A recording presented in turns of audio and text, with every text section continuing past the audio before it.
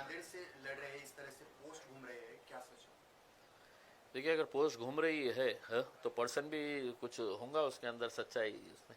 और पोस्ट घुमाने वाले जो है वो मेरे नांदेड़ के अहम जिम्मेदार जो है वो लोगों ने ये पोस्ट डाले हैं, क्योंकि उन्हीं की ख्वाहिश है कि नांदेड़ से इस बार लोकसभा का इलेक्शन हमने लड़ना चाहिए करके। नांदेड़ हमारे लिए एक बहुत इंपॉर्टेंट सेंटर है, वहाँ पे मजलिस को बहुत मकबूलियत मिली थी, बहुत अच्छा लोगों का प्यार मिला था जब महाराष्ट्र में पहली मर्तबा मजलिस आई थी। सबसे ज़्यादा कॉरपोरेटर्स हमारे नांदेड़ में ही हुआ करते थे। उसके बाद विधानसभा के भी इलेक्शन हमने लड़े हैं, और इस बार जब बाई इलेक्शन होने जा रहा है महाराष्ट्र के अंदर इकलौता एक लोकसभा की सीट का नांदेड़ के अंदर, तो वहाँ के लोगों की ख्वाहिश है कि नहीं, हमने इस बार मैदान के अंदर उतरना चाहिए। एक तरीके से अगर देखा जाए तो लोगों के अंदर एक बहुत नाराज़गी है, चिढ़ है कि पूरे महाराष्ट्र के अंदर इकलौता एक मुस्लिम एमपी था, उसको हराने के लिए जिस तरीके से राजनीतिक साजिशें की गई है, पैसे का इस्तेमाल किया गया है, तो अब लोगों के अंदर उस चिढ़ को देखते हुए कहीं ना कहीं ऐसा लग रहा है कि नहीं, इम्तियाज़ अली ने इलेक्शन लड़ना चाहिए करके, तो हम उतरेंगे मैदान के अंदर, किस्मत आजमाएंगे। दो ही चीज़ हो सकती है, या तो आप हारते हैं या जीतते हैं, देखेंगे। ओवैसी साहब ने आप पर भरोसा रखकर आपके ऊपर ही सौंपा है कि आप कहाँ से लड़ेंगे, तो आपने वही माहौल क्यों चुनाया, वही विधानसभा का गढ़ क्यों चुना? देखिए, लोकसभा की एक ही बाई इलेक्शन की सीट आई है, वहाँ के जो सिटिंग एमपी है उनकी डेथ के बाद ये बाई इलेक्शन होने जा रहा है।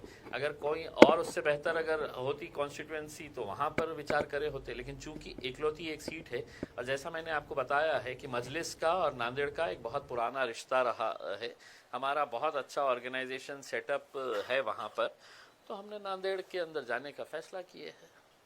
आप और जरांगे की मीटिंग हुई थी, वहाँ पर कुछ अहम मुद्दों पे चर्चा हुई, तो कौन से मुद्दे थे और उसके बाद आपने ये ठान लिया कि हमें वहाँ से लड़ना है? देखिए, मैं जरांगे पाटिल साहब से पहली मर्तबा मिला हूँ ऐसा नहीं है।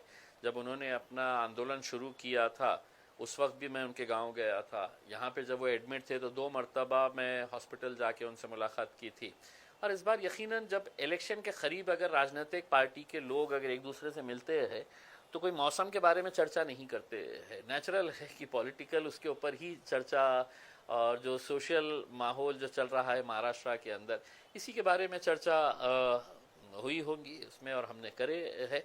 और आकर जो भी हमारी चर्चा हुई है हम बाहर आकर बताया है लोगों को, मीडिया के सामने भी हमने, आपने सवाल किया हमने जवाब दिया, हम क्यों आए थे, कैसे आए थे करके। लेकिन जरांगे ने एक बात की थी कि मुस्लिम और मराठा इकट्ठा आएंगे तो सत्ता परिवर्तन हो सकती है। देखिए, जरांगे पाटिल साहब की एक बात मुझे पसंद आई थी, उन्होंने कभी भी मतलब ये नहीं कहा है कि किसी एक जात के ऊपर, उन्होंने कहा कि हम जात और धर्म के ऊपर उठकर हम सभी लोगों को समाविष्ट करना चाहते हैं जिन जिन लोगों के साथ नाइंसाफ़ी हुई है करके उसमें।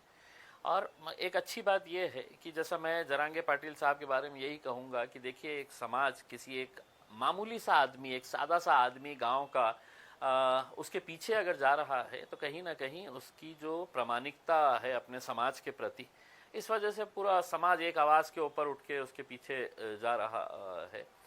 तो यकीनन अब हमारी भी सोच यही है कि जितने भी एस्टैब्लिश पॉलिटिकल पार्टीज़ और एस्टैब्लिश्ड नेता है महाराष्ट्र, लोग हैं तो उनका चेहरा भी नहीं देखना चाह रहे हैं उसमें। आप खुद देखिएगा, अभी जो हुकूमत के अंदर बैठे थे, लोगों ने वोट किसको दिया था, हुकूमत में वो जाके किसके साथ बैठे हैं, किसके साथ दोस्ती कर लिए, किसके साथ गले मिल लिए है करके। तो लोगों का विश्वास अब राजनीति के ऊपर से ही ख़त्म होता जा रहा है, तो उनको एक ऑल्टरनेट देने के लिए हम सोच रहे हैं क्यों ना एक नया एक समीकरण तैयार किया जाए करके। सिटी का क्या माहौल है, क्योंकि अपने यहाँ पर जो कैंडिडेट्स है एमआईएम की ताकत यहाँ पर अच्छी है, उसके बाद कहाँ पर कौन से उम्मीदवार देंगे, इस तरह से क्या? चलिए, शुक्र है आपने माना तो सही है कि एमआईएम की ताकत यहाँ पर अच्छी है, अच्छी ही नहीं है बहुत अच्छी है यहाँ पे, और हम पूरी मजबूती के साथ लड़ेंगे जहाँ जहाँ पर भी लड़ना है। हमने बहुत पहले अपना प्रस्ताव महाविकास आघाड़ी को दिया था, अभी तक उनके पास से कोई बात नहीं आई है। अब हमारी कॉन्स्टिट्यूएंसी, हमारे कैंडिडेट्स पूरे तैयार है। अब हम इंतज़ार कर रहे हैं, या तो आप साफ तरीके से बोल दे हाँ या ना। हाँ बोले तो भी हमारी स्ट्रेटजी तैयार है, ना बोले तो भी हमारी, आप अपनी ताकत दिखाना, फिर हम हमारी ताकत दिखाएंगे। पूर्व मध्य से कुछ नाम सामने आ सकते हैं आपकी तरफ से? हाँ, पूर्व मध्य से आएंगे ना, बहुत सारे लोगों ने फॉर्म भरे हैं, बेहिसाब लोगों ने फॉर्म भरे हैं, उसमें से किसी एक का नंबर लगेगा उसमें।